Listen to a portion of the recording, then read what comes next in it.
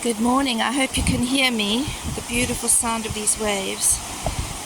My morning walk at a place called Pembroke Bay in Guernsey. I know I mentioned the other day about the ebb and flow and about the tides here being so vast, 10-meter tides. And I spoke about how God is so consistent, the same yesterday, today and forever, even though we are changeable. And I wanted to mention something today that, again, will help resilience. And it's to do with forgiveness. You know, we can be so easily offended. Well, I know I can.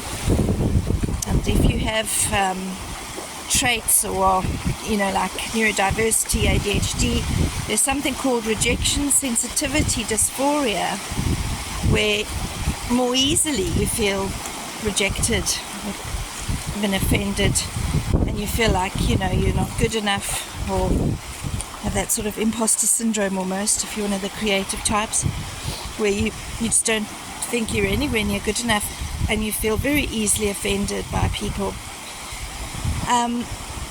But as Christians, there's a lot that God says about being offended, about forgiveness. And we don't really have an excuse to say, oh, I'm just human, because we looked last night in our Bible study, it says that His divine power, in other words, God's divine power, has given us everything we need for life and godliness, to live a godly life, through our knowledge of Him. And it goes on and on, talks about how the precious promises help us, to escape the corruption in the world caused by evil desires. We looked up how many precious promises there are, and there's over 7,000, I think I mentioned the other day. But I'll reread this verse when I'm back home in a bit more of a clear way. 2 Peter, sorry, not 1 Peter, 2 Peter. But we can have that divine power helping us to respond differently. And when we respond with forgiveness, and we bless the person that's hurt us, and we shower them with kindness, it really releases us and them. There's many proverbs as well that speak about this. But as this is an impromptu little insert, I don't have all the scriptures at hand now. Some are in my heart, but I just wanted to encourage you that, if we're holding on to offense and we are struggling with forgiveness, especially if you've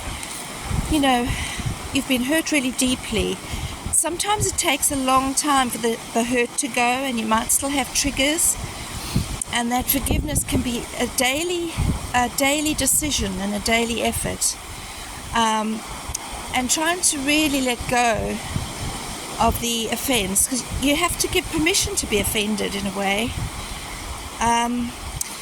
But this can be so freeing, and it can really help you become more resilient, because if you keep being triggered by the same past issue, it can set you back.